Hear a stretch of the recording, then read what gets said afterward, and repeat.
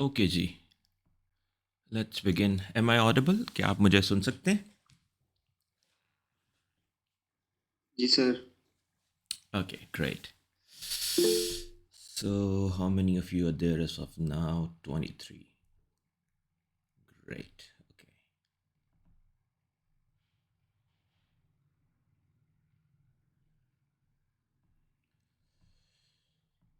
Okay. Okay, Ji. Before we begin, if you have any questions, please let me know from the previous lecture. फिर हम आगे चलते हैं.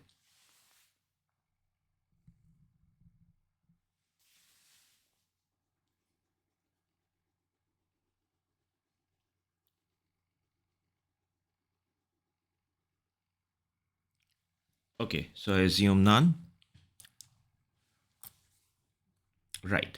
So last time हमने define किया था कि हम एक डेटा ड्रिवन टास्क जो है उसके अंदर क्या क्या स्टेप्स आमतौर पे परफॉर्म करते हैं. We defined a tentative list of these tasks और steps. So we developed some background. Obviously, everything begins with a problem, and then we need to have some data related to that problem. इन दो steps के बाद हम अब अगले दो steps के बारे में बात करेंगे. One is once we have our data, so we load our data and we try to explore and understand that data. Obviously यहाँ पे कुछ लाइब्रेरीज इन्वॉल्व होंगी, प्रोग्रामिंग इन्वॉल्व होगी, so we will be looking at those things simultaneously. Then we like pre-process the data and then there are like later steps as well. So हम इन steps को step by step move करते हुए आगे देखते जाएंगे. So we will begin with explore and understand data. Uh, with that, the thing is that we must have some awareness of the relevant libraries that we use to carry out these tasks. ये tasks blindly perform नहीं किए जा सकते. हम ये सारे के सारे टास्क सिंपल पाइथन के प्रोग्रामिंग कंस्ट्रक्ट के साथ भी परफॉर्म नहीं कर सकते. So we need to have something extra. Python has like a beautiful packaging of such libraries which make our journey to explore, understand, and play with data a lot more smooth, easy, and versatile. So we will have a brief introduction of these libraries. I've included some notes here about these libraries for you to read as well. जैसे जैसे आप इनको इस्तेमाल करने लगेंगे वैसे वैसे आप इनके साथ कन्वर्सेंट होते जाएंगे. तो पहली लाइब्रेरी जिसके बारे में हम थोड़ा सा इंट्रोडक्शन लेंगे, that is called NumPy. NumPy is basically a library which is built with lots of functions, lots of modules, lots of facilities to play with numerical data. Numerical data को जब हम पाइथन में handle करते हैं तो हमारी अमूमी choice NumPy होती है. NumPy के अंदर हम आमतौर पे अरेज के तौर पे डेटा को रिप्रेजेंट करते हैं. और एक बहुत बड़ा फ़ायदा जो हमें NumPy से मिलता है वो ये है कि न्यूमेरिकल डेटा को हैंडल करने के एतबार से ये काफ़ी ज़्यादा स्पीडी लाइब्रेरी साबित होती है. अगर आप यही चीज़ें पाइथन की लिस्ट के अंदर रिप्रेजेंट करें और उनको कंपेयर करें कि वो कितना वक्त लेती हैं कंप्यूटेशन के अंदर और NumPy अरेज कितना वक्त लेते हैं, तो आपको इसमें बहुत ज़्यादा फ़र्क नज़र आएगा. सो NumPy न्यूमेरिकल कैलकुलेशंस को बहुत ज़्यादा फैसिलिटेट करती है. बहुत सारे फीचर्स हमें इसके अंदर दस्तयाब हैं और इसके अंदर कैलकुलेशंस बहुत फास्ट होती हैं और बहुत सारे बिल्ट इन फंक्शंस भी अवेलेबल हैं. प्लस ये कि NumPy को आप पाइथन के अंदर मुख्तलिफ पैकेजेस के साथ, मुख्तलिफ लाइब्रेरीज के साथ इस्तेमाल कर सकते हैं. सो आपको डेटा अगर एक फॉर्म से दूसरी फॉर्म के अंदर लेके जाना है या NumPy से किसी और फॉर्म के अंदर लेके जाना है तो आमतौर पर यह मुमकिन होता है. आमतौर पे इस्तेमाल करने के लिए हम इसको इंपोर्ट करते हैं using this statement, import NumPy as NP. So like as NP is the mnemonic which is very common with it. Mnemonic आप कोई भी यूज़ कर सकते हैं nickname library का. अगर आप चाहें तो ना करें, you can simply write import NumPy. So we usually give it a mnemonic that makes it easy for us to write and use it. So हम कहते हैं import NumPy as NP और फिर आप NP dot लिखकर NumPy के मुख्तलिफ functions को इस्तेमाल करते हैं. So for the moment, this is what we needed to talk about briefly about NumPy. We will be exploring it further as we will be using it. Okay. और एक बात हमें याद रखनी है कि NumPy को बेसिकली हम रिप्लेस नहीं कर रहे हैं बेसिक पाइथन के साथ.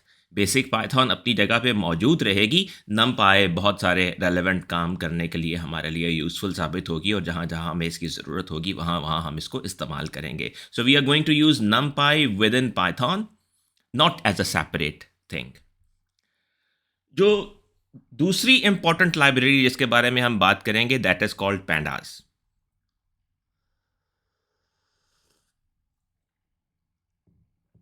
If you have any questions related to NumPy, please let me know.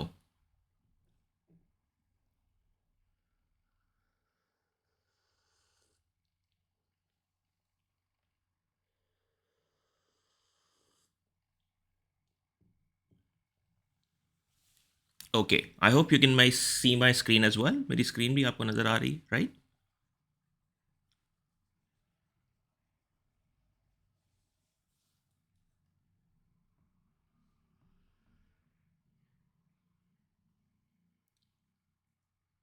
Can you see my screen? Okay, Yes, sir. great. Great. Okay, लम्हा ब लम्हा मुझे अपनी मौजूदगी का एहसास दिलाते रहिएगा. मुझे ये ना लगने लगे कि मैं अपने आप से ही बातें कर रहा हूँ.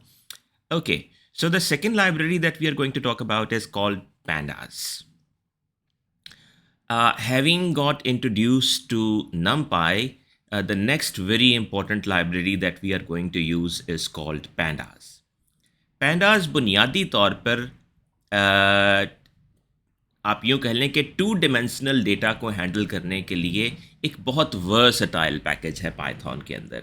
आमतौर पर जो हमारा स्ट्रक्चर्ड डेटा होता है वो CSV फाइल्स में स्टोर्ड होता है, एक्सेल स्प्रेडशीट्स के अंदर स्टोर्ड होता है, या डेटाबेसेस के अंदर स्टोर्ड होता है जहाँ से हम एसक्यूएल की मदद से डेटा को रिट्रीव करते हैं.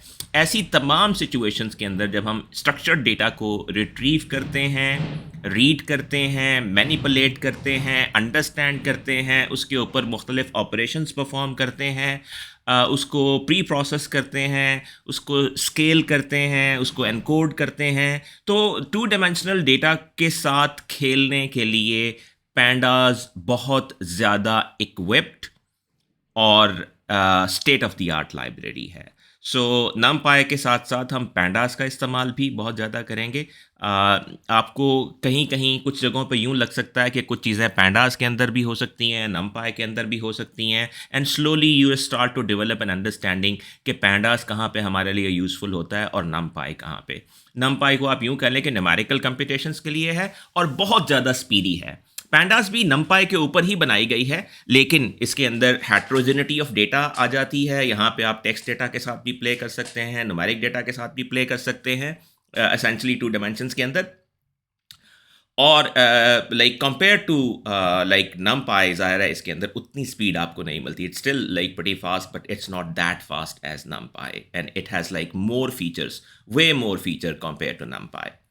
सो जो बेसिक डेटा स्ट्रक्चर हम यहाँ पे इस्तेमाल करते हैं, जैसे जो NumPy है उसके अंदर बेसिक जो डेटा स्ट्रक्चर हम इस्तेमाल कर रहे थे उसका नाम एरे रखा था हमने. सो यहाँ पे जो हम बेसिक डेटा स्ट्रक्चर इस्तेमाल करते हैं उसको हम डेटा फ्रेम कहते हैं.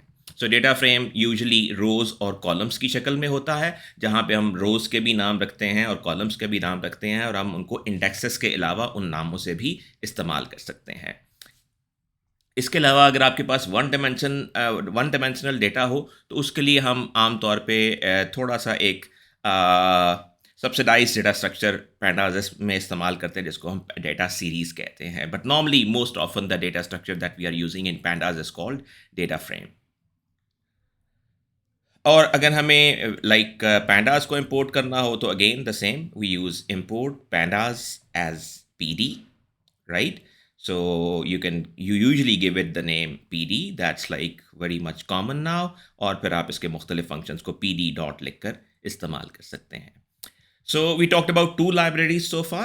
One, NumPy for numerical data handling, and second, pandas for structured data handling at a wider range, at a wider scale, in much more diversity. So we will be using these 2 libraries a lot. Okay, but the things do not stop here. मैं इनकी detail के बारे में अभी इसलिए बात नहीं कर रहा. I'm just wanting you to get conversant with them, and as we use them we will get to know कि हमें कहाँ कहाँ कैसे कैसे इसको इस्तेमाल करना है. ओके, जो तीसरी लाइब्रेरी हम इस्तेमाल करने जा रहे हैं, जो हमारे इस्तेमाल में आएगी इस सारे सफ़र में, that is scikit learn. Scikit learn को शॉर्ट नोटेशन में एसके लर्न भी कहा जाता है।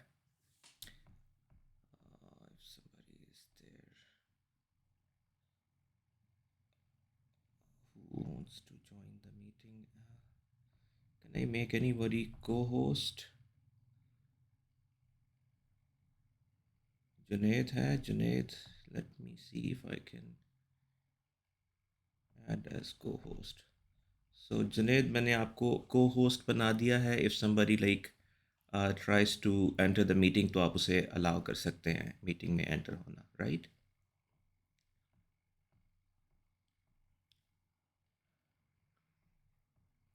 इसके अलावा भी हम किसी को बना दें तो हमना मकबूल, आप भी co-host हैं, right? So 2 people are co-hosts now. You can allow the people to enter as they desire. Okay. Okay, तो तीसरी लाइब्रेरी जिसके बारे में हम बात कर रहे हैं, that is called scikit learn.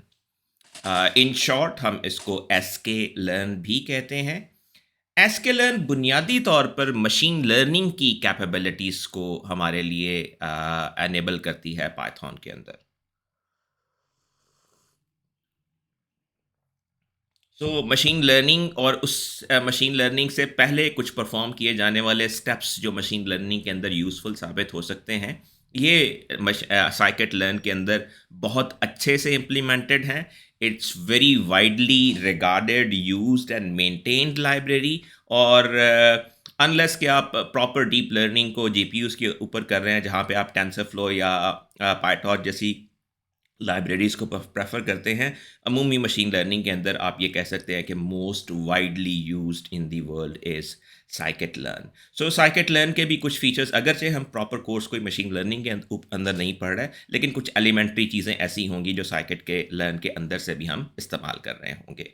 So far we have introduced 3 libraries. We haven't talked about their specific applications yet. One was named NumPy. It was basically for numerical computations in Python at a very fast speed. Then pandas to handle structured data in Python, 2-dimensional data that we usually store in CSV file, Excel files, or databases. And the third library that we have talked about is called scikit-learn, which is basically the machine learning library in Python. Okay, I've listed a few features here that are just cosmetic for the moment. आमतौर पे अगर हमें ऐसे import करना हो तो हम यूँ लिखते हैं import sklearn, and we can have it's a very broad library, और इसके अंदर बहुत सारे सब मॉड्यूल्स हैं जिनको ज़रूरत के मुताबिक import किया जा सकता है। So there is a fourth library as well, जो हमारे लिए डेटा साइंस के अतबार से काफ़ी रेलेवेंट है और जिसके बारे में हम बात करेंगे, that is matplotlib. So matplotlib is the visualization library. 2D के अंदर जो हमें प्लॉट्स बनाने होते हैं, विजुअलाइजेशंस क्रिएट करनी होती हैं, उनके लिए पाइथन के अंदर सबसे ज़्यादा इस्तेमाल की जाने वाली लाइब्रेरी मैटप्लॉटलिब है। It's very capable. Out of all the libraries in Python, I guess जो लाइब्रेरी मैंने खुद सबसे ज़्यादा इस्तेमाल की है वो मैटप्लॉटलिब है। और I would have created thousands of visualizations using Matplotlib। और जब आप visualizations create करते हैं तो आप बहुत सारी मुख्तलिफ variations try करने की कोशिश कर रहे होते हैं। I can tell you कि ऐसी कोई feature नहीं था, ऐसी कोई कैपेबिलिटी नहीं थी जो मैंने सोचा हो कि मैं अपने प्लॉट के अंदर ऐड करूँ और वो मुझे उसकी सपोर्ट मैटप्लॉटलिब के अंदर ना मिली हो। सो it's a very versatile library with lots of features, lots of capabilities.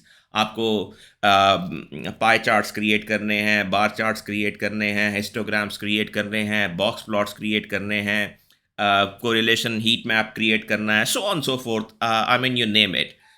हर किस्म का प्लॉट, हर किस्म का विजुअल इसके अंदर क्रिएट किया जा सकता है। मैटप्लॉटलिब के अंदर फिर मैटप्लॉटलिब को इस्तेमाल करते हुए एक और लाइब्रेरी क्रिएट की गई जिसका नाम सीबॉर्न है।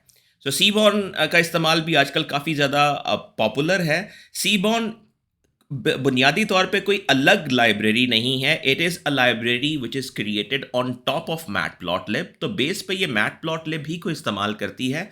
सिर्फ ये कि आम तौर पे मैटप्लॉटलिब के एपीआई के अंदर हमें जितनी ऑप्शंस कॉन्फ़िगर करनी पड़ती हैं, जितने पैरामीटर्स देने पड़ते हैं, सीबॉन्ड उसको कंपैरेटिवली हमारे लिए आसान बना देती है. So like it asks us little information to be supplied और ज़्यादा डिफ़ॉल्ट्स अज्यूम करके ज़्यादा खूबसूरत प्लॉट्स हमारे लिए क्रिएट करने की कैपेबिलिटी सीबॉन्ड के अंदर मौजूद है. सो मैटप्लॉटलिब और सीबॉन्ड को आम तौर पे इकट्ठे ही इस्तेमाल किया जाता है. So just to recap, so far I have talked about 4 libraries. First was named NumPy. NumPy किस लिए इस्तेमाल होती है?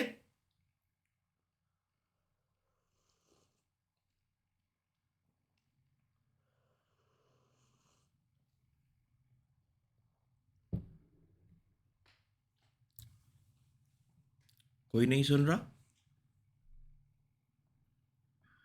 नहीं सर, सुन रहे सुन रहे हैं तो कुछ सुनाएं भी. अभी अभी आए हैं सर. Okay good. तो NumPy किस लिए इस्तेमाल होती है?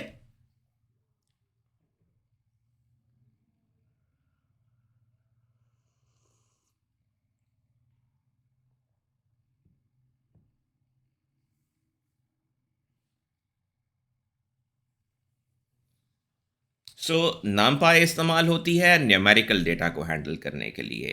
Now, at the moment, it won't be very like expert kind of thing that would be in your mind. हम सिर्फ 4 लाइब्रेरीज की हमने बात की है. जस्ट टू रीकैप, NumPy के बारे में हमने कहा कि न्यूमेरिकल डेटा को हैंडल करने के लिए at a very fast speed. Pandas के बारे में हमने कहा कि हम आमतौर पे 2 डायमेंशनल स्ट्रक्चर्ड डेटा को जब हैंडल करते हैं, which is not restricted to numerics only, जिसके अंदर स्ट्रिंग्स भी हो सकती हैं, डेट टाइम्स भी हो सकती हैं, सो ऑन सो फोर्थ, और उस डेटा के ऊपर बहुत सारी मैनिपुलेशंस हम जो करना चाहते हैं उसके लिए हमारे पास बहुत वर्सटाइल पैकेज अवेलेबल है in the form of pandas. CSV files में, एक्सेल फाइल्स में, डेटाबेसेस में जो डेटा स्टोर्ड होता है उसको हैंडल करने के लिए पैंडास काफ़ी कैपेबल लाइब्रेरी है.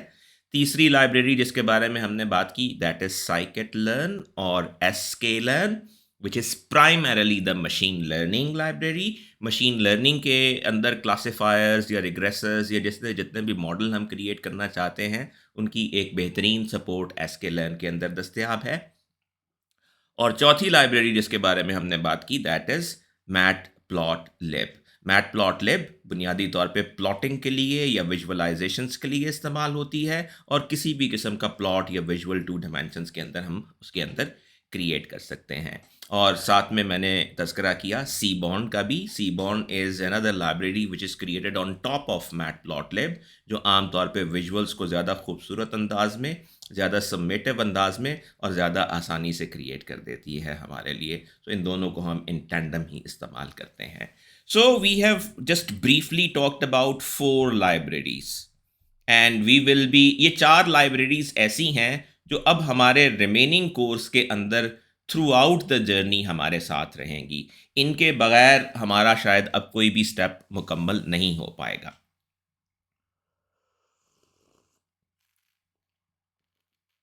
और अगर आप बतौर एक डेटा साइंटिस्ट सोचें तो अगर आप इन 4 लाइब्रेरीज को बहुत अच्छे से इस्तेमाल कर सकते हैं तो आप ये कह सकते हैं कि आप काफ़ी कैपेबल डेटा साइंटिस्ट हैं in terms of the tool comprehension at least.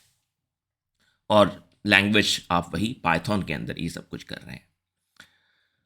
So having taken a brief introduction to these libraries, let's get to the application that we were talking about. That was कि हमें किसी data set को लेना था और हम उस डेटा सेट को लेकर फिर हम इन तमाम स्टेप्स को 1 बाय 1 परफॉर्म करना चाहते हैं. और ये तमाम स्टेप्स जो डेटा साइंस के एक प्रोजेक्ट के हवाले से हमने लिस्ट किए हुए हैं, इनके अंदर हम बार बार इन्हीं लाइब्रेरीज़ के फीचर्स को इस्तेमाल कर रहे होंगे. सो जो डेटा सेट हम इस्तेमाल करने जा रहे हैं, that is basically house price data from California. We call it like California housing data in general as well, और California housing data set as well. ये डेटा सेट बुनियादी तौर पर कैलिफोर्निया के अंदर मुख्तलिफ हाउसेस की मुख्तलिफ प्रॉपर्टीज़ और उनकी प्राइसेस के हवाले से इंफॉर्मेशन इसके अंदर मौजूद है. और ये data set scikit learn library के अंदर ऑलरेडी मौजूद है। सो हमें इस डेटा सेट को अलग से लोकेट नहीं करना पड़ता, हम साइकिट लर्न या एसके लर्न के अंदर से ही इस डेटा सेट को लोड करके इस्तेमाल कर सकते हैं।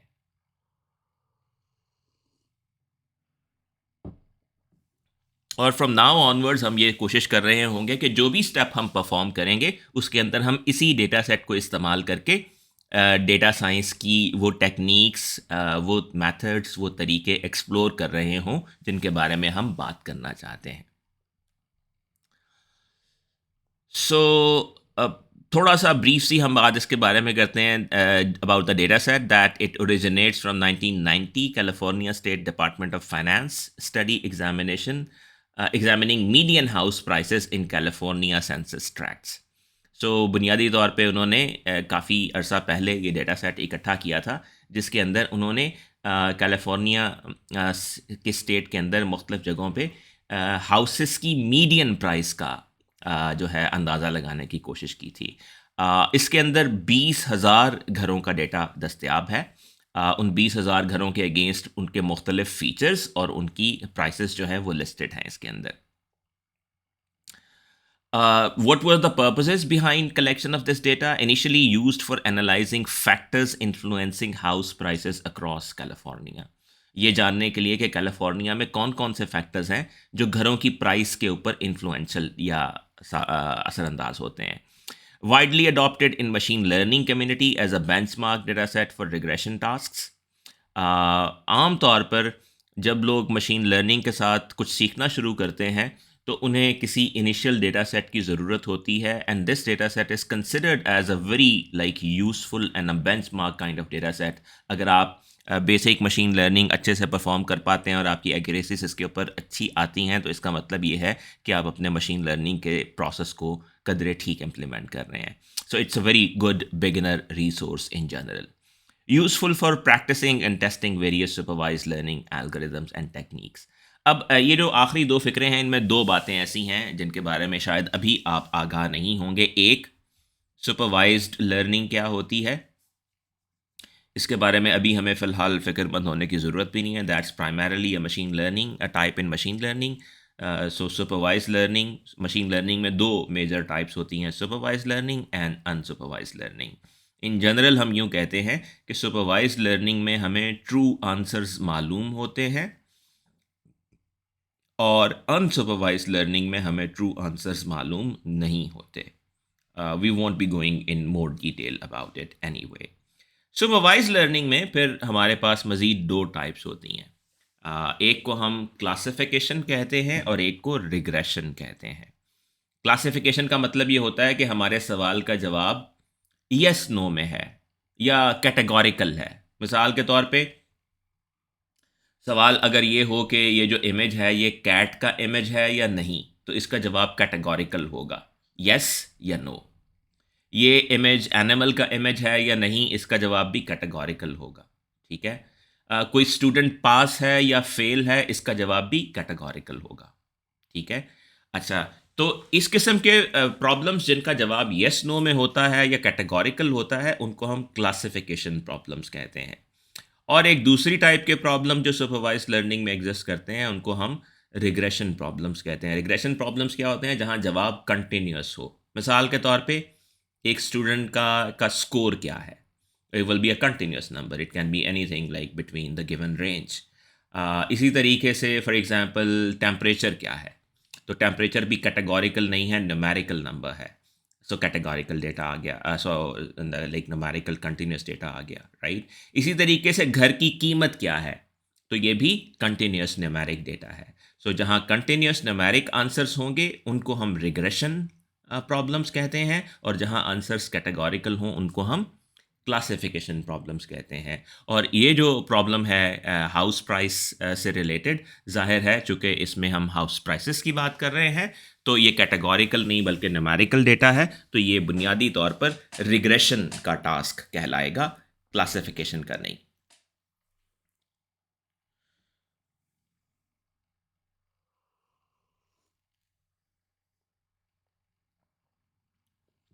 So we briefly talk about the features which are contained in this data set. So there are like 8 numerical features describing attributes of each census tract. So उन्होंने मुख्तलिफ blocks, मुख्तलिफ regions define किए और उनके अंदर से ये डेटा इकट्ठा किया, summarize किया. So what does it contain? So one is इसके अंदर जो information दस्तयाब है उसमें पहली है median income in block group.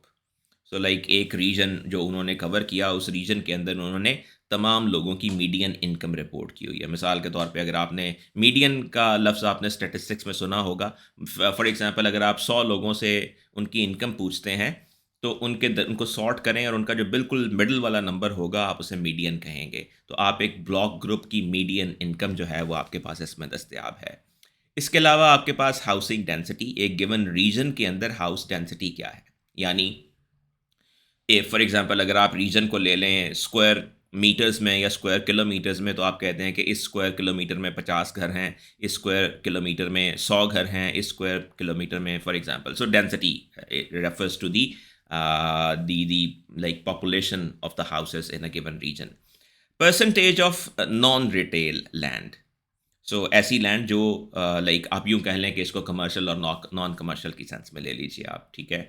Median age of owner occupied units, ठीक है. ऐसे घर जो जहाँ पे ओनर्स खुद रह रहे हैं, उन घरों की मीडियन एज क्या है. सो उस एक रीजन के अंदर जितने भी घर हैं उनमें से उन्होंने वो घर आइडेंटिफाई किए जहाँ पे ओनर्स खुद रह रहे हैं और उन्होंने ये मालूम किया कि उनकी एजेस क्या हैं घरों की, यानी वो कितने साल पहले से बने हुए हैं, और उनकी मीडियन एज यानी मिडल वैल्यू रिपोर्ट कर दी. इसी तरीके से distance to nearest major roads, road से कितने फासले पे हैं. Index of accessibility to radial highways. So उन्होंने इस चीज़ को भी किसी तरीके से मैयर किया कि जो मेन हाईवेज़ हैं उनसे उनका जो लोकेलिटी इंडेक्स है वो कंप्यूट किया उन्होंने किसी तरीके से. और full tax value per tens of thousands. So tax से रिलेटेड इन्फॉर्मेशन भी इसके अंदर उन्होंने लाइक कलेक्ट की. और average number of rooms per dwelling. तो जो पर्टिकुलर रीजन के अंदर तमाम घरों का डेटा उन्होंने लिया, उन तमाम घरों के अंदर जो रूम्स हैं उनकी भी एवरेज वैल्यू उन्होंने रिपोर्ट की. तो ये वो इन्फॉर्मेशन है बुनियादी तौर पे जो हमें दस्तयाब है बतौर फीचर्स इस डेटा सेट के अंदर.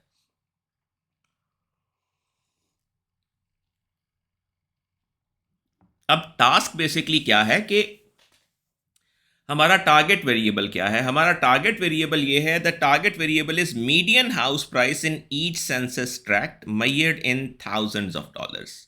तो हमें फॉर एग्जांपल आप यूँ सेंसस ट्रैक्ट से मुराद आप यूँ ले लें कि जैसे आपने पूरे रीजन को कुछ ब्लॉक्स के अंदर डिवाइड किया, कुछ रीजन्स के अंदर डिवाइड किया, कुछ काउंटीज़ के अंदर डिवाइड किया, और आपने हर काउंटी के अंदर से तमाम घरों की इंफॉर्मेशन लेके उनकी मीडियन वैल्यूज़ रिपोर्ट कर दी. तो आप यहाँ पे ये सारी इन्फॉर्मेशन जो आपको दस्तयाब है, आप इस इन्फॉर्मेशन को रिलेट करके देखना चाहते हैं कि ये सारी चीज़ें घरों की प्राइस को कैसे मुतासर करती हैं.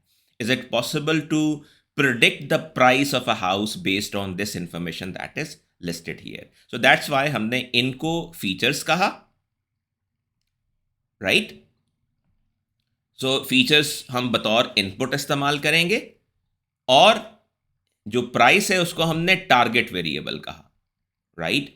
सो आप यूं कह लें कि ये y है टारगेट वेरिएबल, और आप इनको एक्सेस कह लें x1, x2, x3, x4, x5, x6, x7, x8, और आप y को प्रिडिक्ट करना चाहते हैं as a function of all these x values.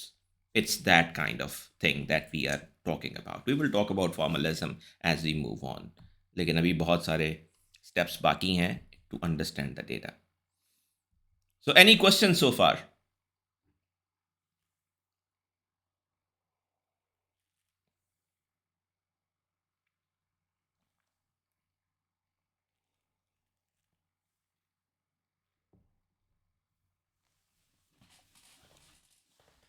Everything is going good?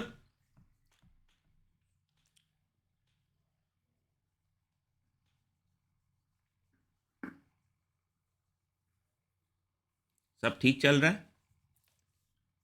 Sir सुन रहे हैं, समझ भी आ रही है? जी जी sir. Okay yes sir. Okay right. Fair enough. Okay, just a few reflections. Which organization originally collected the data in California house price data set?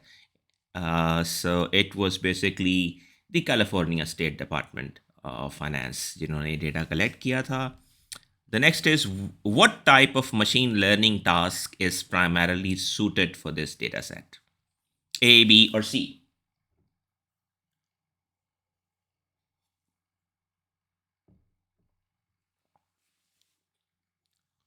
Since I'm not on your screen, so you can speak it out. B. B. That's correct. It's regression because the value is continuous. Right? अगर categorical होती तो classification कहते. And how many features are included in the data set?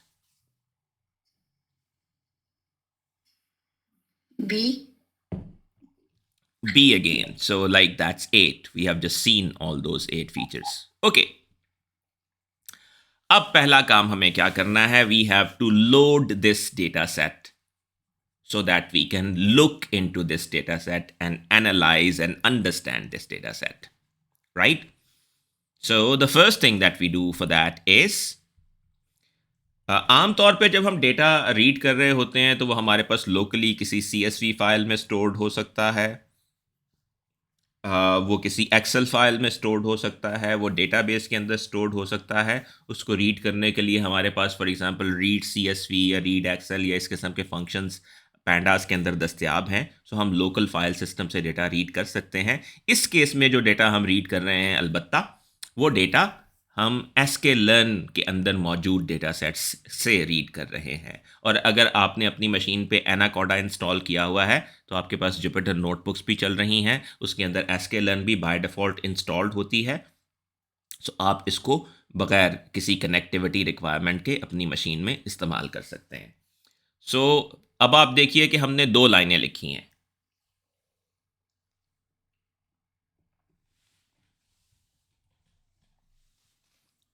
One is import pandas as PD. हम जो libraries आमतौर पे तरीका ये होता है कि जो जो लाइब्रेरीज आपको इस्तेमाल करनी है उनको आप शुरू में ऊपर डिक्लेयर कर दें.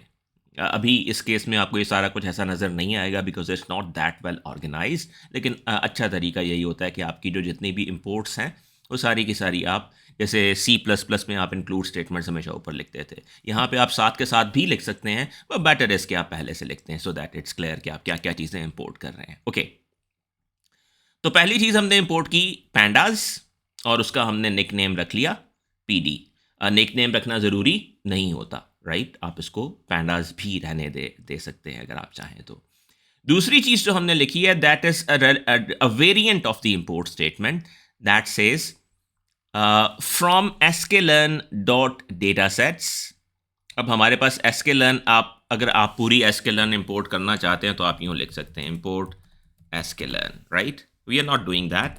हम इट्स अ बिग लाइब्रेरी, हम इस लाइब्रेरी के अंदर से जिस चीज़ की हमें ज़रूरत है स्पेसिफिकली हम सिर्फ उसको इंपोर्ट कर रहे हैं.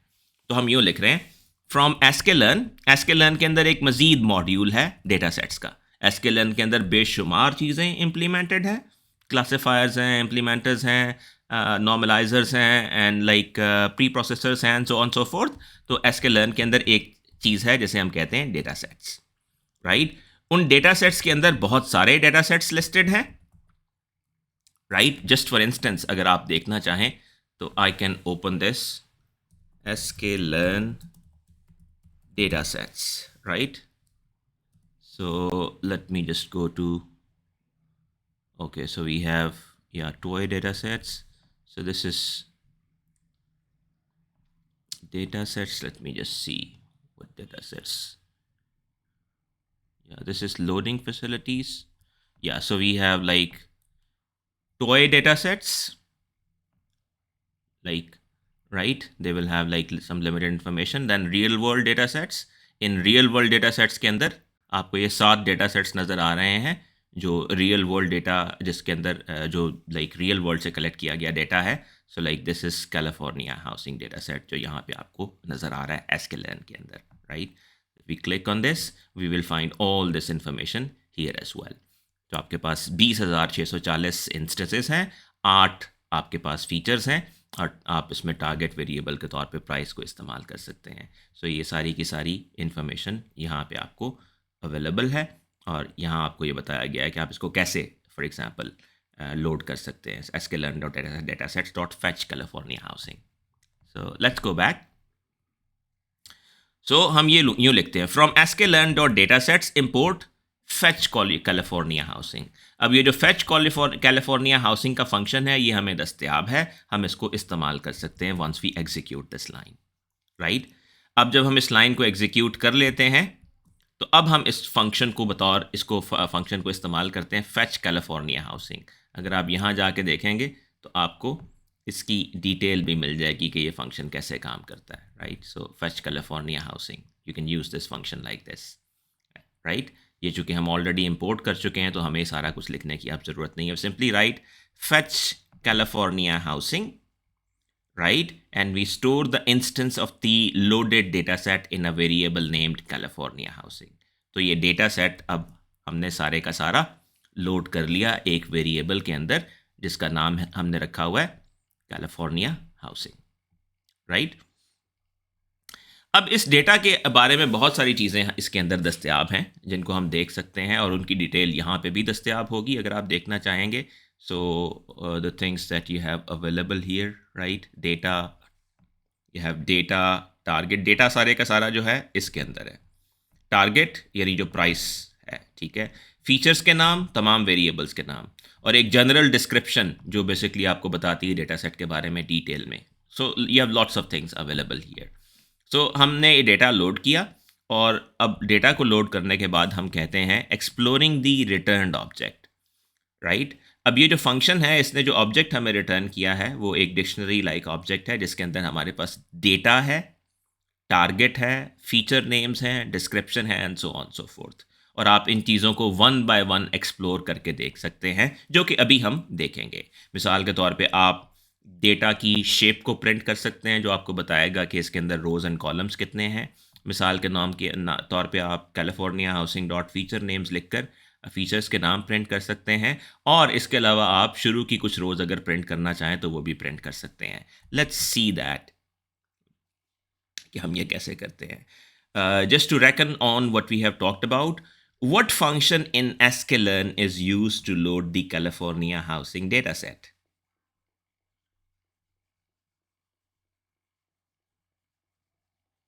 याद है या भूल गया?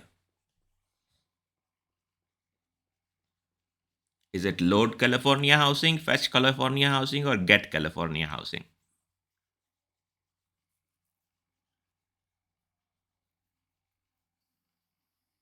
Beta. Beta, that's correct. So like यहाँ आपको नज़र भी आ रहा होगा ऊपर sklearn.datasets.fetch California housing. So we just used fetch California housing here, right? Okay. The next one is what information does the DESCR attribute of the return object contain? अगर आपको याद नहीं है तो आप यहाँ से देख सकते हैं. यहाँ पे हमने लिखा हुआ है जो जो ऑब्जेक्ट्स ये रिटर्न करता है और जो जो वैल्यूज़ उनके अंदर होती हैं.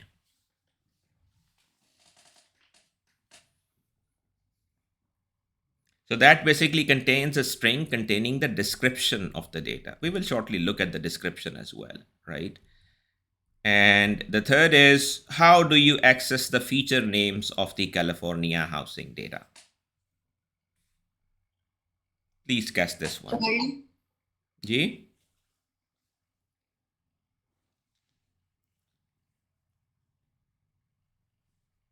Yeah, please give it a go. A, B or C?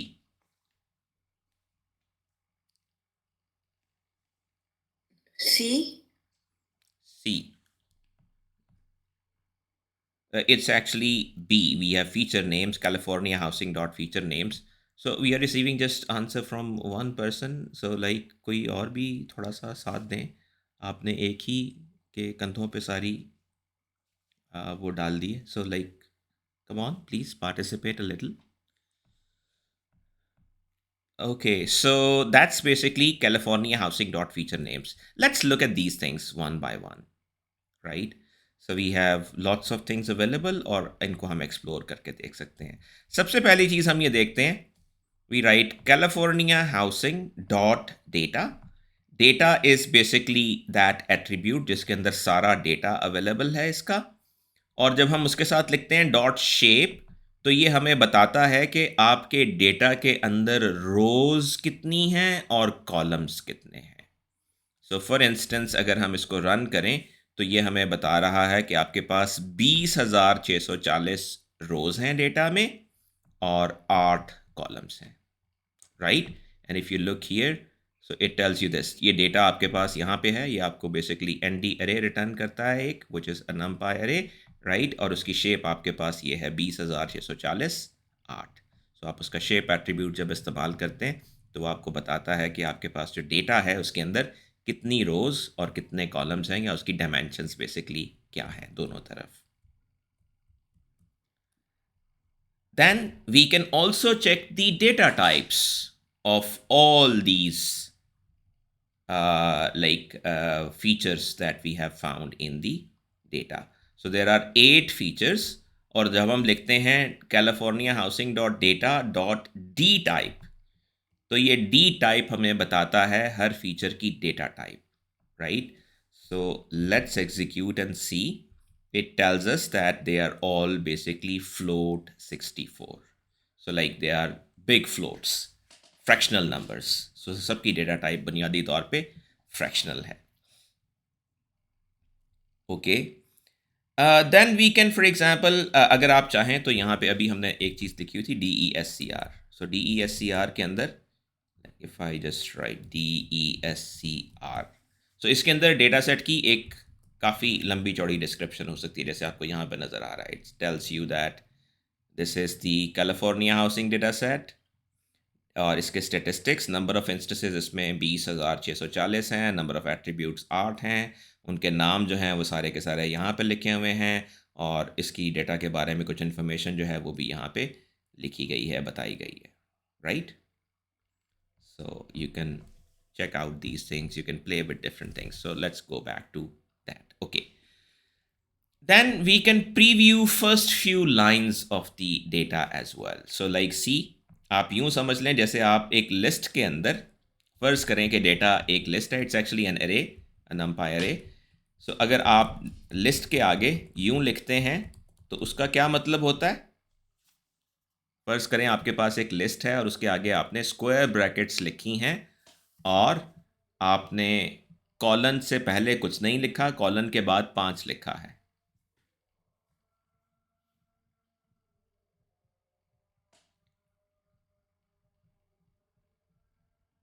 तो लिस्ट के अंदर ऐसा करने का नतीजा क्या होता है.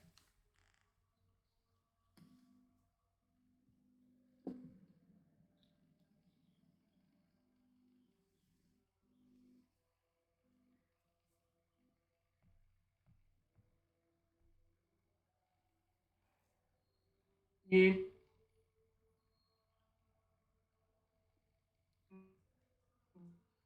एक्सेस कर लेगा. ओके, जुनेद ने इसका जवाब दिया है जो हम तक ठीक से पहुंचा नहीं है. Can anybody else see the same. First 5 rows, right, that's correct. So basically it will tell us the, जब आप लिस्ट के ऊपर ये करते हैं तो उसका मतलब ये होता है कि आप 0 से लेके 4 इंडेक्स तक उसको एक्सेस करना चाहते हैं. चूंकि ये 2 डायमेंशनल है तो आपको पहली 5 रोज इसके अंदर से मिलेंगी, like this. So you see that you have like 1 2 3 4 5 6 7 8. एक रो जो है वो यूं नज़र आ रही है आपको. ये पहली रो है, 8 वैल्यूज़, फिर अगली 8 वैल्यूज़, फिर अगली 8 वैल्यूज़, फिर अगली 8 वैल्यूज़, फिर अगली 8 values. So this is index 0, this is index 1, this is index 2, this is index 3 and this is index 4. तो आपको पहली 4 रोज, पहली 5 रोज इंडेक्स 0 से लेके 4 तक यूं दस्तयाब हुई, right.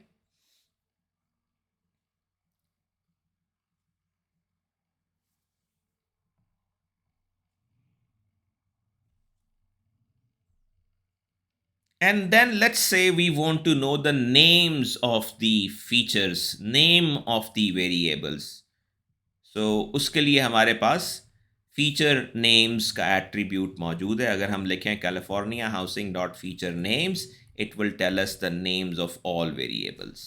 So the variable names are median income, house age, average number of rooms, average bedrooms, population, average income of occupation, latitude, longitude, that's like related to location जो उन्होंने information इसके अंदर store की हुई है, right?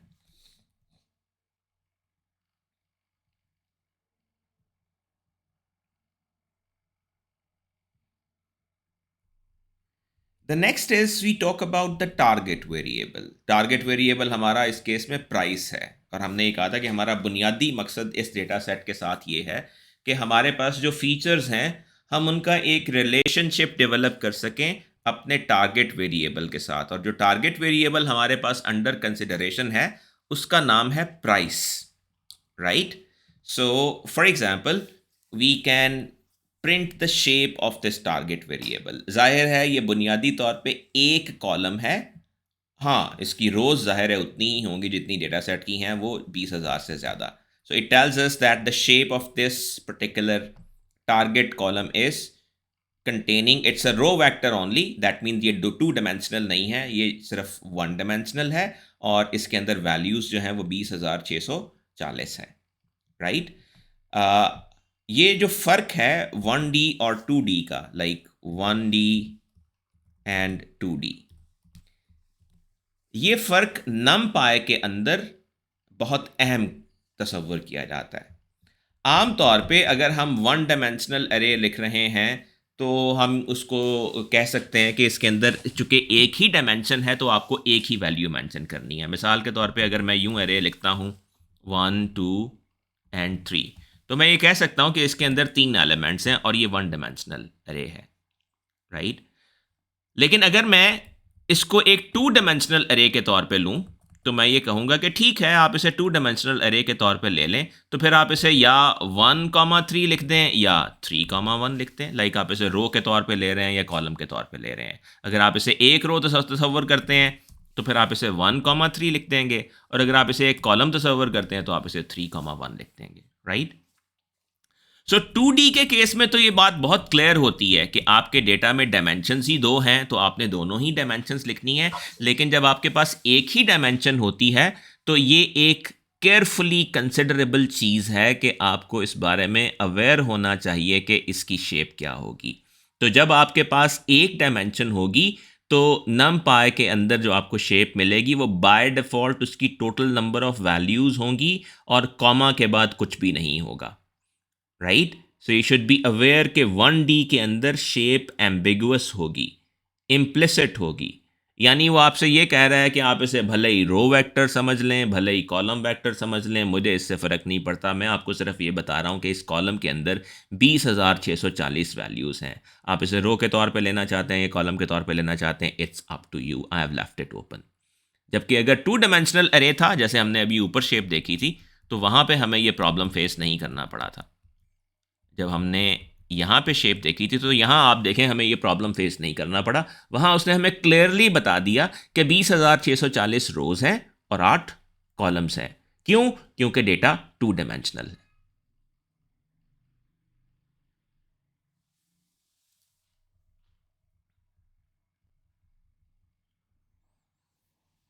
ओके, नेक्स्ट हमारे पास एक चीज़ है जिसे हम कहते हैं डिस्क्रिप्टिव स्टैटिस्टिक्स. डिस्क्रिप्टिव स्टैटिस्टिक्स का आम तौर पे मतलब ये होता है कि जैसे आप समटाइम्स 5 नंबर समरी ले लेते हैं कि आप कोई कॉलम लेते हैं, आप कहते हैं कि इसकी मिनिमम वैल्यू इसके अंदर क्या है, मैक्सिमम वैल्यू क्या है, मीन क्या है, मीडियन क्या है, मॉड क्या है, स्टैंडर्ड डिविएशन क्या है, and so on so fourth.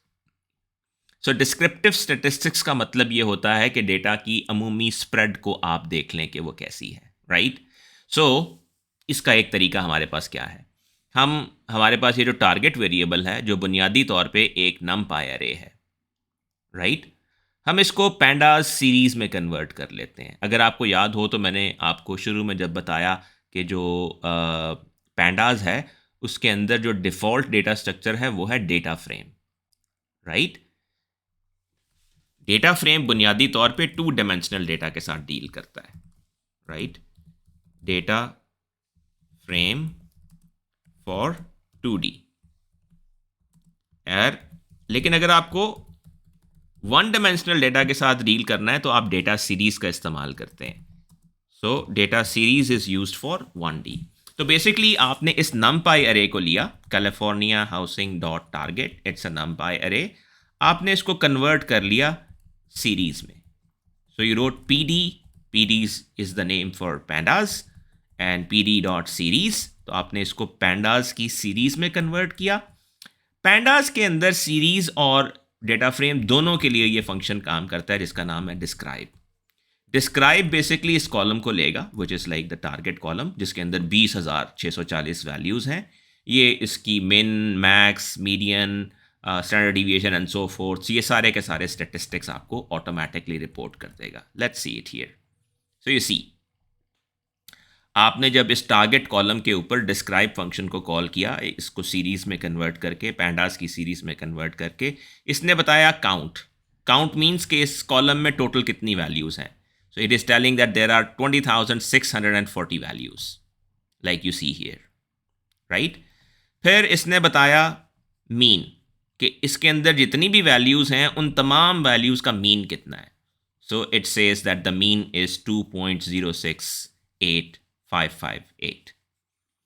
फिर इसने बताया स्टैंडर्ड डिविएशन कितनी है, कि वो मीन से वैल्यूज़ डिविएट कितना कर रही हैं, दैट इज़ 1.15. फिर इसने बताया सबसे सस्ती वैल्यू जो आपको घर की मिली वो क्या थी, that is 0.14. I guess it is in terms of thousands of dollars or whatever, right? So it was 0.14990, right? 25th means first quartile, that is के 25% वैल्यूज़ इस वैल्यू से के बराबर या छोटी हैं, 1.196. मीडियन और 50% और second quartile, that is 1.79. Third quartile और 75% ऑफ द वैल्यूज़ और मैक्सिमम. तो जो सबसे महंगा घर है उसके लाइक जो महंगा एरिया है उसके अंदर जो मीडियन प्राइस है वो ये है, for example. So do you understand this, like ये जो हमने डिस्क्रिप्टिव स्टैटिस्टिक्स यहाँ पे प्रिंट किए हैं, तो आपको ये चीज़ समझ आती है. Mean, standard deviation, main, 25%, 50%, 75%, max, ये क्या रिपोर्ट कर रहा है?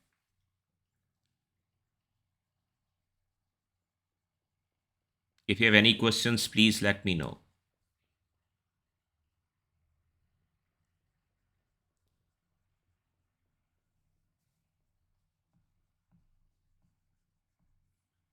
So good so far?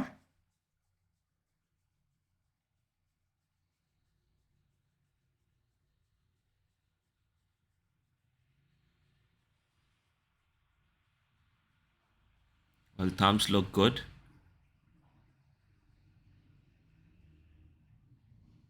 However, I don't know how do hearts feel.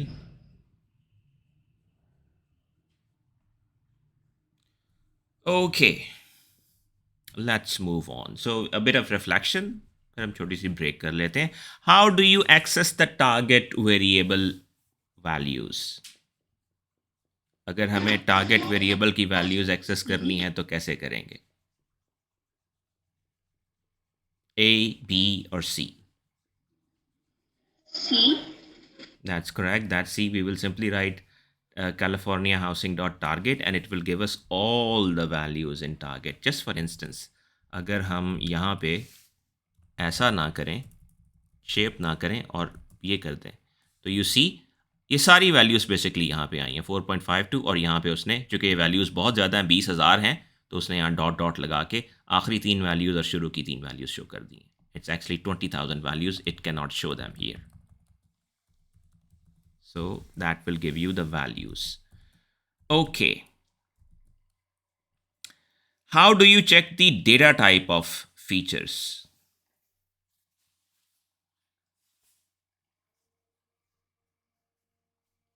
B. That's actually C. So if you remember, we did check the data type of features here. So that's californiahousing.data.dtype. So that D type tells us the data type of the features in this case, right? Okay, and then how do you check the data types? Okay, ये तो हो गया हमारा. Okay, the second one was, what does the data attribute of the returned object contain?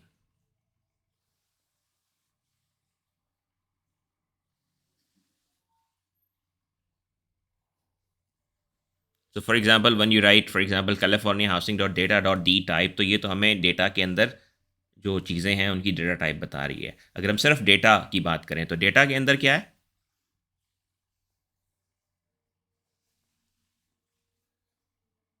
Feature names, target variable values, feature values.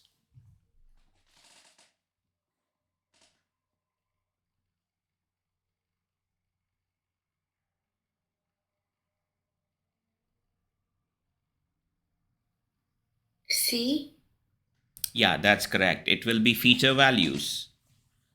So अगर आपको feature names चाहिए तो आप सिर्फ फीचर अंडरस्कोर नेम्स लिखते हैं, और अगर आप सिर्फ डेटा लिखेंगे तो आपको पूरा डेटा मिलेगा. So for example, again just to demonstrate this, अगर मैं यहाँ पे डेटा लिख दूँ तो ये सारा डेटा प्रिंट होगा, राइट. अगेन यू सी कि उसने पूरी पूरी रोज़ भी प्रिंट नहीं की और पूरे के पूरे कॉलम्स भी प्रिंट नहीं किए, क्योंकि 20,640 रोज़ हैं और 8 कॉलम्स हैं. सो उसमें से जितना डेटा उसके लिए पॉसिबल था उसने शो कर दिया. ओके,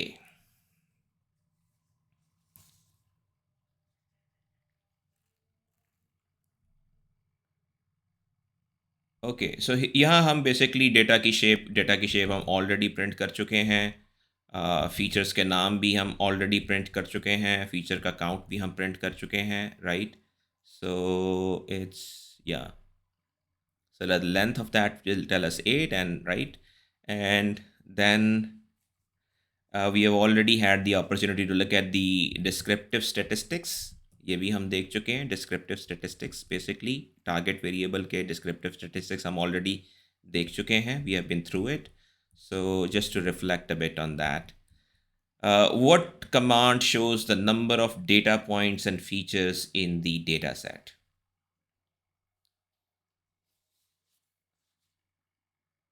कितनी रोज और कितने कॉलम्स हैं, ये हमें किससे पता चलता है? Chart. B. Yeah, that's B, shape से, right? The number of data points and the features in the data set. So that's shape, the rows and columns. How do you print all feature names? We have seen it twice already. B. That's B. That's like you write feature names explicitly. And then what does the describe method provide when we call it on a target variable? C.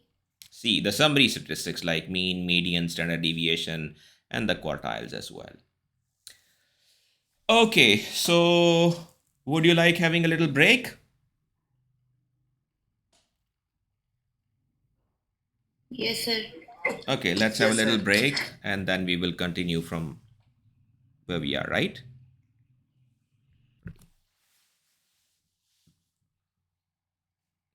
Okay, am I audible? Yes, sir. Okay, so next we talk about measures of central tendency. The measures of central tendency आमतौर पे 3 होते हैं: mean, median and mod, और तीनों के अपने अपने highs और लोज होते हैं.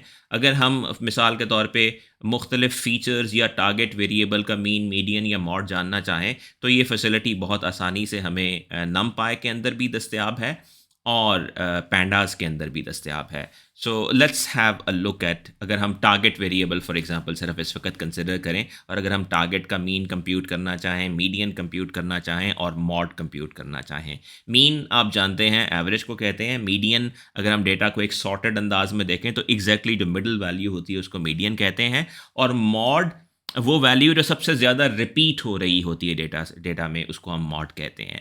सो अगर आप मीन कंप्यूट करना चाहें नमपाई की मदद से, यू कैन राइट np.mean और अंदर वो वेरिएबल जिसका मीन आप कंप्यूट करना चाहते हैं. और यही काम अगर आप मिसाल के तौर पे पैंडास की मदद से करना चाहें तो आप इसको पैंडास सीरीज़ में कन्वर्ट करके यूँ लिख सकते हैं. pandas pd डॉट सीरीज, और वो वेरिएबल डॉट मीन आप फिर अलग से यूँ आखिर में लिखेंगे इसके अंदर।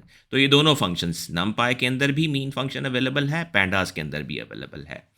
आम तौर पे एक जनरल रिकमेंडेशन के तौर पे अगर आपके पास डेटा numpy की फॉर्मेट में है तो it's good to use numpy, because numpy generally will always be faster in computing these things compared to pandas. But anyway, it is available in both. Similarly अगर आपको मीडियन कंप्यूट करना है तो we have np.median function, और अगर आप इसको pandas के अंदर करना चाहें तो you have pandas series dot median function, right. जो मॉड है वो numpy के अंदर डायरेक्टली दस्तयाब नहीं है, हमें स्टैट्स मॉड्यूल के अंदर से मॉड निकालना पड़ता है। इस सूरत में अगर हम numpy को इस्तेमाल करना चाहें, अलबत्ता मॉड फंक्शन pandas के अंदर दस्तयाब है। तो यहाँ हमने दोनों की मदद से मीन मीडियन निकाला है, मॉड सिर्फ सीरीज़ की मदद से निकाला है, और उसको हमने यहाँ पे प्रिंट किया है, right. So it goes like this. ना इफ़ यू सी तो आपको थोड़ा सा प्रिसीजन में भी फ़र्क नज़र आ रहा है। सो जो मीन आपको numpy से मिला that is a bit different from compare to the mean, like आपको फ्रैक्शंस में जाके यहाँ जाके थोड़ा सा डिफरेंस मालूम होगा सिर्फ, इससे पहले it's all like pretty same. Median is the same, and similarly mod is only reported by pandas and not by the numpy, because numpy doesn't really have directly the mod function. Okay. Now what is the significance? हम mean को या median को या mod को, हम इन तमाम चीज़ों को कैसे देखते हैं, इनमें क्या फ़र्क होता है? अगर हमें मेजर ऑफ सेंट्रल टेंडेंसी देखनी है तो क्या हमें मीन को देखना चाहिए या मीडियन को देखना चाहिए या मॉड को देखना चाहिए? तो like it's a statistical like thing कि तीनों के अंदर अपनी अपनी हाइज और तीनों के अपने अपने लोज होते हैं। सो मिसाल के तौर पे जो मीन है it is sensitive to outliers. मिसाल के तौर पे जो एक्सट्रीम वैल्यूज़ हैं वो मीन के अंदर बहुत ज़्यादा सिग्निफिकेंट चेंज का बायस बनती हैं, राइट। बिकॉज मिसाल के तौर पे अगर आप 10 वैल्यूज़ का मीन ले रहे हैं जिसमें से 5 वैल्यूज़ 5 हैं और 5 वैल्यूज़ 7 हैं, सॉरी 4 वैल्यूज़ 7 हैं और एक वैल्यू 1000 है, so you know that 1000 is going to have a drastic impact on the mean. On the contrary अगर आप मीडियन ले रहे हैं इन्हीं वैल्यूज़ का, तो आपको पता है मीडियन आपका यानी 5 आएगा या 7 आएगा, so you won't really that be impacted that much compare to that, right. और मॉड की भी अपनी सिग्निफिकेंस होगी। सो जनरली जब आप measure of central tendency calculate करते हैं तो हम ये कंपैरिजन कर सकते हैं कि किस किस्म के डेटा के ऊपर, किस किस्म के स्प्रेड के ऊपर कौन सी मेजर ज़्यादा सूटेबल होगी। And I have like practically faced these situations where I preferred using median as a measure of central tendency than mean. So it's not just that कि हमारे पास multiple measures available हैं, all of these measures have their own significance, highs and lows as well. Okay, so which measure is least affected by outliers?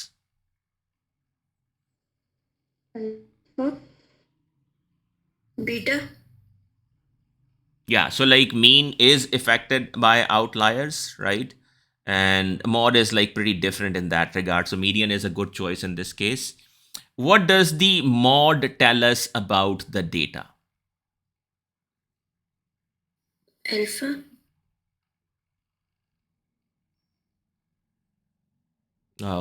Really? Alpha? Can you reconsider your answer? Is mod the sum of all values? No. Beta. Yes, it is beta. It is most frequent value. It's most occurring value in the data. Yes. And how can you calculate the mean of target variable using pandas? Beta. That will again be beta. So you will be like using you will be now the problem is अगर आपके पास data पहले से ही pandas series में है तो आपको ये कन्वर्जन नहीं करनी पड़ेगी। इस सूरत में डेटा आपके पास numpy एरे की शक्ल में है, इसलिए आपको सीरीज़ में कन्वर्ट करके मीन कैलकुलेट करना पड़ता है। सिमिलरली अगर आपके पास डेटा pandas सीरीज़ में हो और आप उसके ऊपर numpy का मीन इस्तेमाल करना चाहते हो तो आपको उसको numpy एरे में कन्वर्ट करना पड़ेगा। So that data casting is obviously done just because of that. Otherwise you can use it directly as well. So in this case it will be like you will be converting the California housing dot target, which is a numpy array, to pandas series and then calling the mean function over it. Okay. Next is after the measure of central tendency, जो अगली मैयर हमारे पास है जिसके बारे में हम बात करते हैं, that is the analysis of dispersion. By dispersion we mean के वैल्यूज सेंट्रल टेंडेंसी से दूर कैसे जा रही हैं. Are they very much scattered out, और और are they like closely located to the central values in general. तो डिस्पर्शन को मैयर करने के लिए भी हमारे पास मल्टीपल मैयर्स होती हैं. One is called range, one is called variance, and one is called standard deviation. Variance और स्टैंडर्ड डिविएशन के दरमियान तो खैर एक डायरेक्ट ताल्लुक ये होता है कि आप standard deviation square root of variance ही होता है, या स्टैंडर्ड डिविएशन का स्क्वायर जो होता है वो वेरिएंस होता है. So like we have these three measures. I hope you understand like all these things. Range का मतलब है मिन और मैक्स, कि मिन और मैक्स के दरमियान जो फ़र्क है वो आपकी रेंज है. मिसाल के तौर पे अगर आपकी मिनिमम वैल्यू 10 है और मैक्सिमम वैल्यू 100 है, तो रेंज क्या होगी? 100 माइनस 10, 90. आपकी टोटल रेंज 90 बनेगी, राइट. जबकि जो स्टैंडर्ड डिविएशन या वेरिएंस है, तो वो बेसिकली आप हर वैल्यू को मीन से सब्ट्रैक्ट करके इसका स्क्वायर लेके फिर आप इसको कंप्यूट कर रहे होते हैं, which is like basically telling you how far away your data points in general are from the mean, right. So ये तीनों मैयर्स इस्तेमाल की जाती हैं. हम ये तीनों मैयर्स जो हैं यहाँ पे फॉर एग्जांपल अगर निकालना चाहें तो हम रेंज को यूँ निकाल सकते हैं. आप टारगेट वेरिएबल का मैक्सिमम अगर मालूम करना चाहते हैं तो you can simply use np dot max. np numpy के अंदर मैक्स फंक्शन अवेलेबल है जो आपको किसी भी रेंज ऑब्जेक्ट के अंदर से मैक्सिमम निकाल देगा, राइट. सो आपका जो टारगेट वेरिएबल है जिसमें 20,000 वैल्यूज़ हैं, उसका मैक्सिमम आपको सिंपली np डॉट मैक्स से मिल जाएगा. सिमिलरली अगर आप मिनिमम फाइंड करना चाहते हैं तो आप np डॉट मिन कॉल करेंगे, तो इसके अंदर मिन फंक्शन भी इंप्लीमेंटेड है. ये इन 20,000 वैल्यूज़ में से मिनिमम वैल्यू भी आपको फाइंड कर देगा. और रेंज क्या होती है? मैक्स माइनस मिन. तो ये आपको रेंज पता चल जाएगी. इसी तरीके से अगर आप वेरिएंस निकालना चाहते हैं तो नम पाई के अंदर वेरिएंस फंक्शन डायरेक्टली अवेलेबल है. So you use np dot var, right, and it will tell you the variance from this as well, right. And if you want to calculate the standard deviation, तो standard deviation जो है that can also be computed using like np dot std.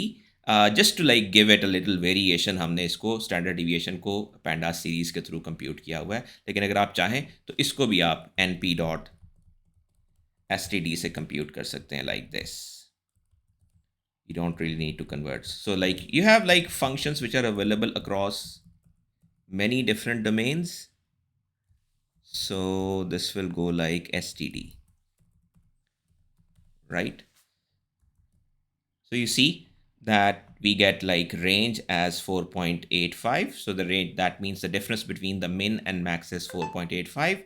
The variance is 1.33 and standard deviation is 1.15. I guess usually variance is simply the square of standard deviation. So that should be like a little close to this. So they basically आपको क्या बता रही हैं ये सारी चीज़ें, कि आपका डेटा स्प्रेड आउट कितना है. So range is also telling you the spread out of the data in like general, that how much is the difference between the min and the max, right.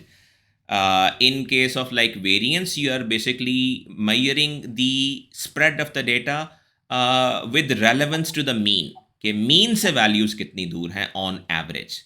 So like it is telling you that okay, if we are looking at the mean and then we look at both sides, we find on average difference of 1.33 on both sides for all the data points.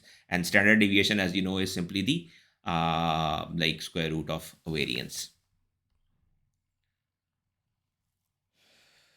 Okay, then like there are some examples in the context like which are also given, like जिससे आप अंदाज़ा लगाने की कोशिश करते हैं कि कौन सी चीज़ क्या इंडिकेट कर रही है. So which measure is least affected by outliers?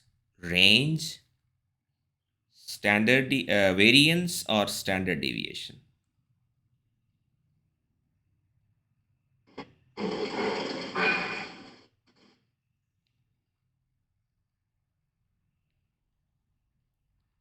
Range, variance, or standard deviation?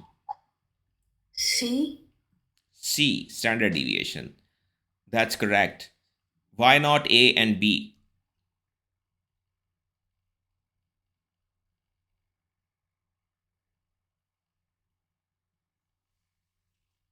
So range in general is something which will be most sensitive. मिसाल के तौर पे अगर आपके पास 10 डेटा पॉइंट्स हैं, 5 5 5 5 5 7 7 7 7 और 1000, तो रेंज आपकी सिंपली 5 से 1000 तक चली जाएगी.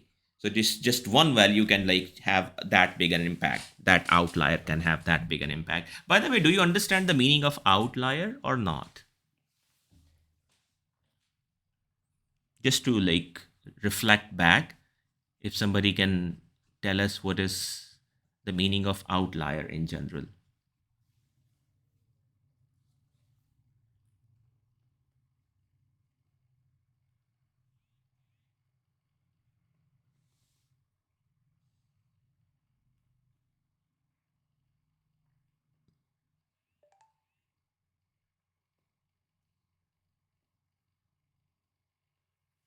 No response? Nobody knows what is an outlier? जो एक जगह से दूसरी जगह वैल्यू इंसर्ट करें अगर किसी चीज से, like some For average value,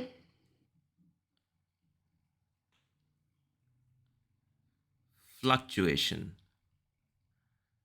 Okay. So basically outlier से मुराद ये होती है ऐसा डेटा पॉइंट जो यूजुअल से बहुत ज़्यादा हट के हो. जैसे मैंने अभी एग्जांपल दी कि हमारे पास 10 डेटा पॉइंट्स हैं. They are say like 5 2 3 9 8 7 7 4, right. Now all these data points are like fair enough, like बहुत फासले पे नहीं है एक दूसरे से. लेकिन फ़र्ज़ करें हमारा 10वां डेटा पॉइंट जो है वो है 1,00,000. अब in comparison to the other 9 data points, this outrightly is an outlier. That means बिल्कुल अलग थलग.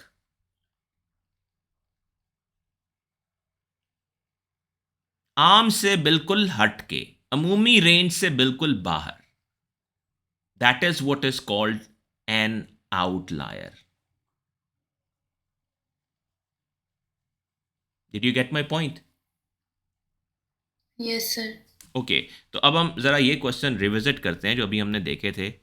यहाँ पे भी हमने ये बात की थी, which measure is least affected by outliers. तो आउटलायर का इंपैक्ट यानी अगर बहुत ऑड वैल्यू है तो वो मीन को ज़्यादा मुतासर करेगी, राइट. मीन तो चूंकि सिंपली मिडल वैल्यू है, उसमें हम लाइक कैलकुलेट नहीं कर रहे, एवरेजाइज नहीं कर रहे, तो मीडियन उससे उस तरह मुतासर नहीं होगा जिस तरह से मीन मुतासर होगा. सिमिलरली यही बात हम यहाँ भी कह रहे हैं कि अगर आप रेंज निकाल रहे हैं तो रेंज आउटलायर से ज़्यादा मुतासर होगी, राइट. अगर एक वैल्यू बहुत ऑड है तो रेंज को वो ज़्यादा मुतासर करेगी, वेरिएंस और स्टैंडर्ड डिविएशन दोनों को कम करेगी. लेकिन उसके मुकाबले में भी हम ये कहेंगे कि स्टैंडर्ड डिविएशन को कम करेगी बिकॉज वेरिएंस स्टैंडर्ड डिविएशन का स्क्वायर होता है. इसका मतलब ये है कि आउटलायर का इम्पैक्ट स्क्वायर प्रोपोर्शन के साथ होगा वेरिएंस में और नॉर्मल प्रोपोर्शन के साथ होगा स्टैंडर्ड डिविएशन में. लिहाजा हम ये कह सकते हैं कि स्टैंडर्ड डिविएशन सबसे कम मुतासर होगी आउटलायर से. Makes sense? yes sir. Okay, what does standard deviation tell us?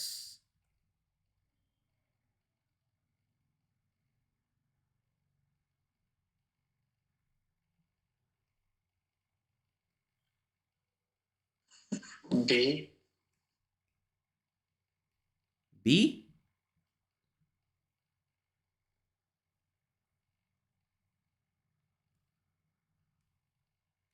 C. Yeah, that's C again. B would be more related to variance.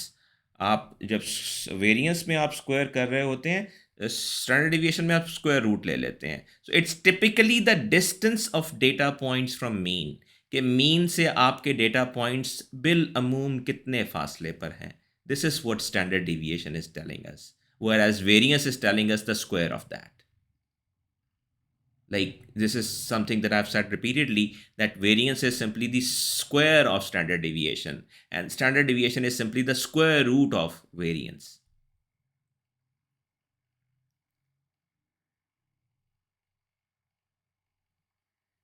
And how do you calculate the standard deviation of features using NumPy?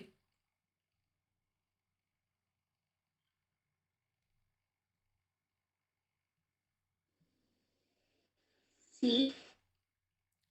So it is C, np.std is the function, but you also see one more thing here, which we haven't talked about first, that is access. We will talk about this a bit later कि ये access क्या होता है.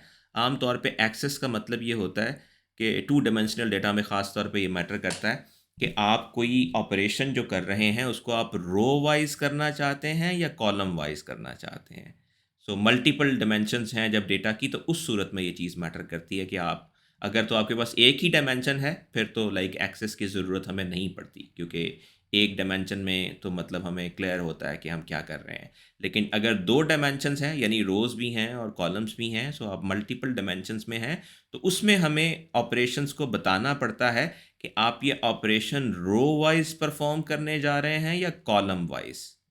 सो axis zero का मतलब ये होता है कि आप ऑपरेशन कॉलम वाइज परफॉर्म कर रहे हैं, और एक्सेस वन का मतलब ये होता है कि आप ऑपरेशन रो वाइज परफॉर्म कर रहे हैं.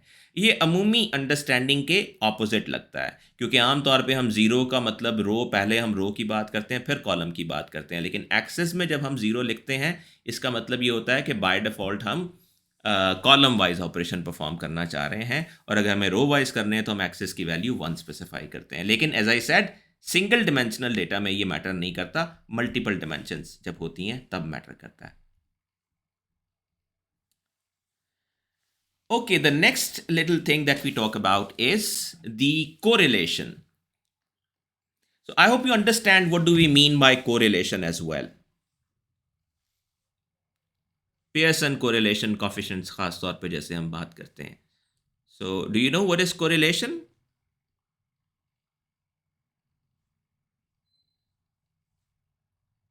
No. Okay, so correlation is a statistical measure that tells us कि दो वेरिएबल्स के दरमियान ताल्लुक कैसा है, लीनियर रिलेशनशिप कैसा है. सादा लफ्ज़ों में हम ये मैयर करने की कोशिश कर रहे होते हैं, सादा लफ्ज़ों में हम ये मैयर करने की कोशिश कर रहे होते हैं कि मिसाल के तौर पे एक वेरिएबल ए है और एक वेरिएबल बी है. तो जब हम ए और बी के दरमियान कोरिलेशन मैयर करते हैं तो हम ये मैयर कर रहे होते हैं कि क्या ए के बढ़ने से बी भी बढ़ता है, या क्या ए के बढ़ने से बी घटता है, या क्या ए के बढ़ने या घटने से बी पे कोई फ़र्क पड़ता नज़र नहीं आता. This is what we are trying to see in correlations, right? So correlations basically दो variables के दरमियान kind of linear relationship indicate करते हैं. इसकी वैल्यू -1 से 1 के दरमियान होती है, राइट? और ज़ाहिर है -1 से 1 के दरमियान है तो इसका मतलब है कि ये वैल्यू ज़ीरो भी हो सकती है. अगर दो वेरिएबल्स के दरमियान कोरिलेशन की वैल्यू ज़ीरो है तो इसका मतलब ये है कि उनके दरमियान बज़ाहिर कोई ताल्लुक नहीं है, राइट? अगर दो वेरिएबल्स के दरमियान कोरिलेशन 1 है तो इसका मतलब है दोनों के दरमियान स्ट्रॉन्गेस्ट पॉसिबल पॉजिटिव कोरिलेशन है. इसका मतलब क्या है कि एक बढ़ता है तो दूसरा भी बढ़ता है, एक घटता है तो दूसरा भी घटता है, राइट? आमतौर पे 1 कोरिलेशन दो सिमिलर वेरिएबल्स के दरमियान ही होता है. मिसाल के तौर पे अगर एक तरफ हम एज रख लें और दूसरी तरफ भी एज रख लें तो एज और एज के दरमियान कोरिलेशन 1 होगा, right? Otherwise, like it can be very high, 0.9 या 0.8 is very high correlation. Similarly, -1 का मतलब ये होता है strongest negative correlation. That means कि एक के बढ़ने से दूसरी वैल्यू घटती है, या एक के घटने से दूसरी वैल्यू बढ़ती है. तो इनवर्स प्रोपोर्शन है तो -1, डायरेक्ट प्रोपोर्शन है तो 1, और अगर कोई ताल्लुक नहीं नज़र आ रहा तो 0. So this is how we see it. So basically correlation हमें यह बताता है कि कोई भी चीज़ किसी दूसरी चीज़ के साथ किस हद तक रिलेशनशिप में नज़र आ रही है. कोरिलेशन का मतलब वजह नहीं होता कि एक के बढ़ने की वजह से दूसरा घट रहा है या बढ़ रहा है, बल्कि उसका मतलब ये होता है कि हाँ, ये फिनोमेना वहाँ भी यूँ ऑब्जर्व करने को मिल रहा है, वजह कुछ और भी हो सकती है. ओके, सो कोरिलेशन एक बहुत अच्छा तरीका है ये चीज़ जांचने का कि मुख्तलिफ फैक्टर्स किसी टारगेट वेरिएबल को किस हद तक मुतासर करते नज़र आ रहे हैं या वो उसके साथ किस हद तक कोरिलेटेड नज़र आ रहे हैं. पैंडास के अंदर कोरिलेशन कंप्यूट करना बहुत आसान है. So like you take your entire data, हमने सारा डेटा लिया which is like 20,000 more than 20,000 rows and 8 columns. हमने उसको एक पाइथन डेटा फ्रेम में कन्वर्ट किया, राइट और उसके ऊपर सिंपली ये फंक्शन कॉल किया CORR. This function calculates the correlation among all the columns in the data frame, right? So if you print it here, you see like there are like 8 columns, 0, 1, 2, 3, 4, 5, 6, 7. So index 0 से लेके 7 तक होगा और x access पे भी आपको वही नज़र आ रहे हैं, y एक्सेस पे भी वही नज़र आ रहे हैं और सबके दरमियान कोरिलेशन रिपोर्ट कर दिए. अब यहाँ पे चूंकि लेबल्स नहीं है तो जस्ट टू इंक्लूड, हम अगर लेबल्स को इंक्लूड कर लें तो हमारे लिए थोड़ा सा इसको समझना आसान हो जाएगा. It's like this now, you see. यहाँ पे हम बेसिकली ये देख रहे हैं कि मीडियन इनकम से कितनी कोरिलेटेड है. It is telling 1. ज़ाहिर है मीडियम इनकम और मीडियन इनकम सेम वेरिएबल है तो उनके दरमियान कोरिलेशन 1 होगा, राइट. सिमिलरली हाउस एज और हाउस एज के दरमियान भी 1 होगा. तो आपको डायगोनल पे हर जगह 1 मिलेगा क्योंकि सेम वेरिएबल्स हैं, राइट. डिफरेंट वेरिएबल्स के दरमियान हमें देख के ये इंटरेस्टिंग पैटर्न्स नज़र आएंगे कि कोरिलेशन कैसा है. मिसाल के तौर पे अगर हम देखें मीडियन इनकम और हाउस एज के दरमियान कोरिलेशन क्या है, इट्स -0.11904. एक तो ये कि ये नेगेटिव है, इसका मतलब है कि अगर इनके दरमियान कोई कोरिलेशन है भी तो वो इस किस्म का है कि अगर एक बढ़ता है तो दूसरा घटता है. लेकिन अगर आप इसकी स्ट्रेंथ देखें तो ये बहुत वीक है, 0.11. That's a very weak correlation, very close to 0, right. Similarly अगर आप मीडियम इनकम और पॉपुलेशन के दरमियान देखें तो this is 0.004834. This is as if it is no correlation. 0.1 or 0.2 and or even 0.3, it is usually considered very weak correlation, right? अच्छा, उसकी बजाय अगर आप ये वैल्यू देखें मिसाल के तौर पे, this is the relationship between average number of rooms and average bedrooms, right. So ये आपको बहुत स्ट्रांगली कोरिलेटेड नजर आ रहा है, 0.84. So like very strongly correlated. That means that overall rooms or bedrooms, like they are very strongly seem to be aligned with each other, right. Similarly अगर आप इस latitude को देखें मीडियन इनकम से तो लाइक ये आपको नेगेटिव कोरिलेशन में नज़र आ रहा है, right. So basically correlations in general आपको ये बताते हैं कि रिलेशनशिप की स्ट्रेंथ क्या है और डायरेक्शन क्या है. और हम ज़्यादा इंटरेस्टेड इस वक्त फॉर एग्जांपल इस चीज़ में हो सकते हैं अगर हम सिर्फ ये देखना चाहें कि तमाम फीचर्स सिर्फ टारगेट वेरिएबल से कैसे कोरिलेट करते हैं, तो हम इसको यहाँ से उठा के अगर यहाँ प्रिंट डाल दें तो basically I will just talk about this iloc later. So हम यहाँ पे सिर्फ देख रहे हैं कि हमारा जो तमाम फीचर्स हैं वो हमारे टारगेट वेरिएबल से किस तरह कोरिलेट करते हैं. तो मीडियन हाउस वैल्यू के साथ 1 ही होगी. अगर आप मीडियन इनकम देखें तो वो हाउस वैल्यू को काफ़ी अच्छे कोरिलेशन में नज़र आ रही है. इसके अलावा आपको बाकी जितने भी फीचर नज़र आ रहे हैं वो इन जनरल कोई स्ट्रॉन्ग कोरिलेशन शो नहीं कर रहा है. सो मीडियन हाउस वैल्यू के साथ फीचर्स में से जो सबसे ज़्यादा स्ट्रांगली कोरिलेटेड वैल्यू नज़र आ रही है वो मीडियन इनकम है, to say the least in this case. So did you understand? Does it make some sense?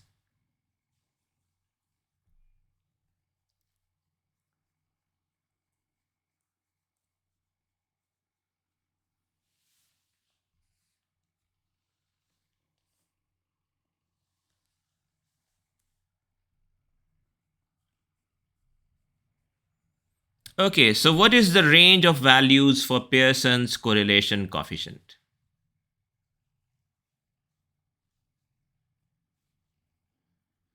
Beta. That's beta. A coefficient of -0.8 between a feature and the target indicates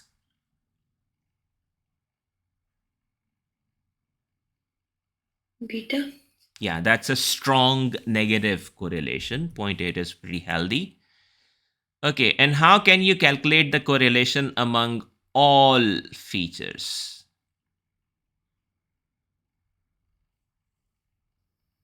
Beta. That's again this beta. I've just skipped this thing so that it is formatted correctly. Okay. Right. Okay, I guess we will end this session here. And let me